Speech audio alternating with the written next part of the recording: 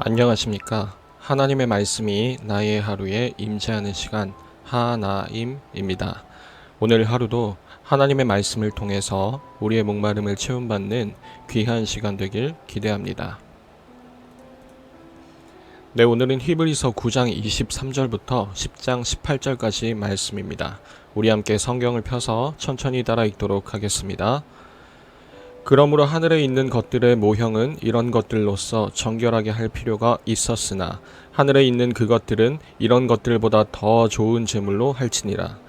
그리스도께서는 참것의 그림자인 손으로 만든 성소에 들어가지 아니하시고 바로 그 하늘에 들어가사 이제 우리를 위하여 하나님 앞에 나타나시고 대제사장이 해마다 다른 것의 피로써 성소에 들어가는 것 같이 자주 자기를 드리려고 아니하실지니 그리하면 그가 세상을 창조한 때부터 자주 고난을 받았어야 할 것이로되 이제 자기를 단번에 제물로 드려 죄를 없이 하시려고 세상 끝에 나타나셨느니라. 한 번 죽는 것은 사람에게 정해진 것이요 그 후에는 심판이 있으리니 이와 같이 그리스도도 많은 사람의 죄를 담당하시려고 단번에 들이신 바 되셨고 구원에 이르게 하기 위하여 죄와 상관없이 자기를 바라는 자들에게 두 번째 나타나시리라. 율법은 장차 올 좋은 일의 그림자일 뿐이요 참 형상이 아니므로 해마다 늘 드리는 같은 제사로는 나오는 자들을 언제나 온전하게 할 수 없느니라. 그렇지 아니하면 섬기는 자들이 단번에 정결하게 되어 다시 죄를 깨닫는 일이 없으리니 어찌 제사 드리는 일을 그치지 아니하였으리요. 그러나 이 제사들에는 해마다 죄를 기억하게 하는 것이 있나니 이는 황소와 염소의 피가 능히 죄를 없이 하지 못함이라. 그러므로 주께서 세상에 임하실 때에 이르시되 하나님이 제사와 예물을 원하지 아니하시고 오직 나를 위하여 한 몸을 예비하셨도다. 번제와 속죄제는 기뻐하지 아니하시나니 이에 내가 말하기를 하나님이여 보시옵소서 두루마리 책에 나를 가리켜 기록된 것과 같이 하나님의 뜻을 행하러 왔나이다 하셨느니라. 위에 말씀하시기를 주께서는 제사와 예물과 번제와 속죄제는 원하지도 아니하고 기뻐하지도 아니하신다 하셨고 이는 다 율법을 따라 드리는 것이라. 그 후에 말씀하시기를 보시옵소서 내가 하나님의 뜻을 행하러 왔나이다 하셨으니 그 첫째 것을 패하심은 둘째 것을 세우려 하심이라. 이 뜻을 따라 예수 그리스도의 몸을 단번에 들이심으로 말미암아 우리가 거룩함을 얻었노라. 제사장마다 매일 서서 섬기며 자주 같은 제사를 드리되 이 제사는 언제나 죄를 없게 하지 못하거니와 오직 그리스도는 죄를 위하여 한 영원한 제사를 드리시고 하나님 우편에 앉으사 그 후에 자기 원수들을 자기 발등상이 되게 하실 때까지 기다리시나니 그가 거룩하게 된 자들을 한 번의 제사로 영원히 온전하게 하셨느니라.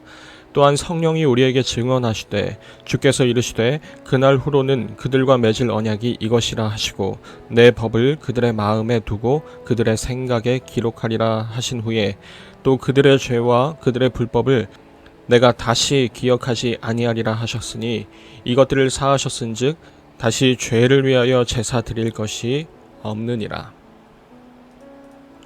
여러분, 오늘 살펴볼 히브리서 10장 18절까지가 어떻게 보면 당시 유대인 신자들에게 꼭 하고 싶었던 이 히브리서의 본론 내용이고 그 다음 19절부터 히브리서의 마지막까지의 내용이 아마도 히브리서의 결론 부분이라고 할 수 있을 것 같습니다. 그래서 오늘 본문을 묵상하실 때 이제껏 이 히브리서를 기록한 사람이 그들에게 어떤 논지와 또 어떤 과정으로 또 어떤 메시지를 전해왔었는지 한번 쭉 떠올려 보시면서 묵상하시면 더 좋을 것 같습니다. 오늘 히브리서 9장에서 가장 유명한 구절을 하나 꼽으라면 아마도 9장 27절 말씀이지 않을까 싶습니다. 제 성경책에도 밑줄이 그어져 있더라고요. 거기에는 이렇게 기록되어 있죠. 한 번 죽는 것은 사람에게 정해진 것이요 그 후에는 심판이 있으리니. 그런데 가만 보면 굉장히 좀 뜬금없는 내용 아닙니까? 여태 히브리서가 해온 말과는 상관없이 좀 옆길로 샌 것 같은 그런 말이죠. 거기다가 사람이 반드시 한 번씩은 죽게 된다는 이 말이 전혀 새로운 말도 아닌데 왜 갑자기 히브리서는 이 내용을 기록한 건지 우리에게 있어서 좀 이해가 잘 되지 않습니다. 게다가 앞절과 뒷절 연결해서 읽어봐도 그렇게 딱 직관적으로 연결되는 듯한 그런 느낌도 들지 않아요. 여러분, 히브리서는 대체 무엇을 말하고 싶은 걸까요? 여태 히브리서는 죄를 깨끗게 하는 제사와 그 제물에 대해서 쭉 얘기해 왔었습니다. 구약에서 말하는 제사에는 수많은 짐승들의 피가 필요했었죠. 그 짐승들의 죽음과 그 흘린 피로 죄의 문제를 어떻게든 해결받아야만 했었습니다. 그런데 그게 해결되었습니까? 그렇지 않죠. 수천 년 동안 그 죄의 문제는 해결되지 않고 계속해서 필요할 때마다 진행되어 왔습니다. 여러분 한번 생각해 봅시다. 그 어마어마한 기간 동안 얼마나 셀 수 없는 재물이 죽어 나갔겠습니까? 여러분 재물이 죽습니다. 그리고 그 피로 제사를 드리죠. 하지만 해결되지 않습니다. 그렇다면 단적으로 말해서 그 죽음은 실패한 죽음입니다. 누구나 두 번 죽을 수 없어요. 오직 한 번의 죽음만이 허용됩니다. 그리고 그 한 번의 죽음으로 이 문제를 해결해야 하는 겁니다. 그렇지 않으면 계속해서 또 다른 죽음이 필요하고 또 다른 피가 필요한 거죠. 그런데 히브리서는 그 와중에 이렇게 얘기하는 겁니다. 이제 다른 피가 더 이상 필요하지 않다라고 말입니다. 누군가의 딱 한 번의 죽음과 그 단 한 번 흘린 피로 완벽한 제사가 드려졌다라고 히브리서는 선언합니다. 그 말인즉슨 이제 다른 제물의 죽음과 그 피가 필요하지 않다는 뜻이고, 바꿔 말하면 그 죽음은 완벽한 죽음이라는 것입니다. 여러분, 그 제물이 바로 예수님이시고 예수님의 죽음이 단 한 번으로 완벽하게 하나님께 만족된 죽음이다 라고 말하고 있는 거죠. 그럼에도 불구하고 다시 다른 제물의 죽음과 또 그 피를 통해 제사를 드리는 이 유대교로 돌아갈까 말까 망설이는 유대인들에게 히브리서는 그것이야말로 넌센스라 이렇게 말하고 있는 겁니다. 여러분, 짐승들로는 죄 용서를 받지 못합니다. 생각해 보세요.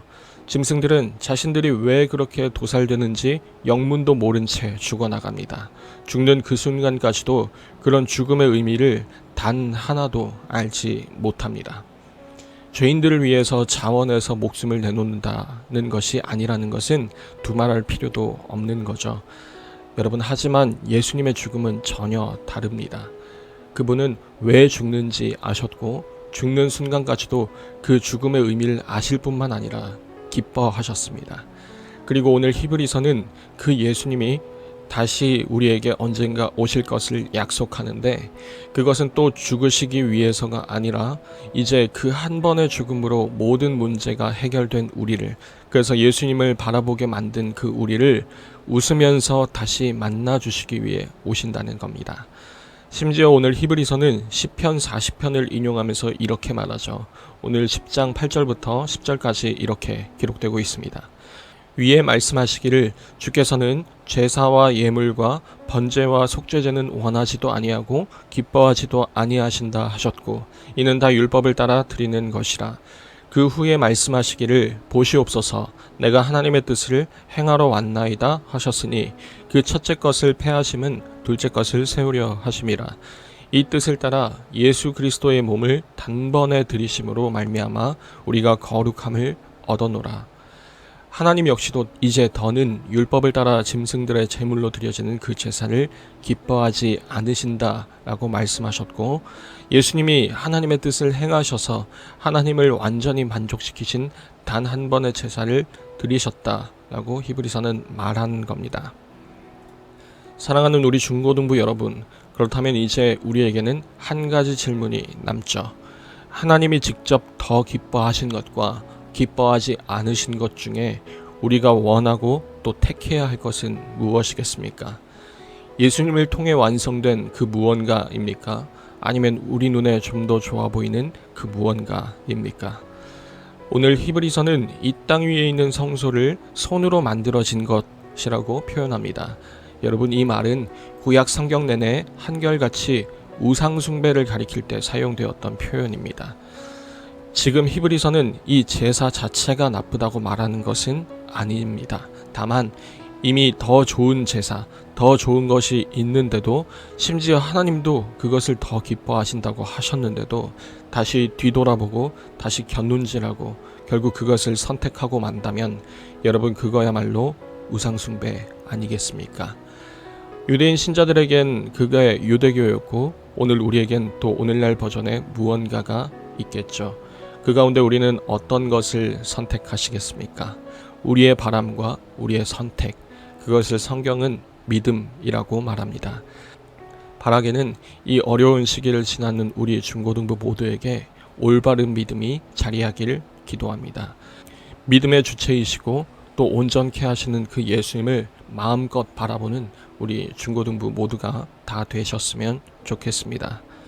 매일 저녁 9시 하나님의 말씀이 나의 하루에 임재하는 시간, 오늘은 이것으로 마치도록 하겠습니다. 모두들 평안한 밤 되시기 바랍니다.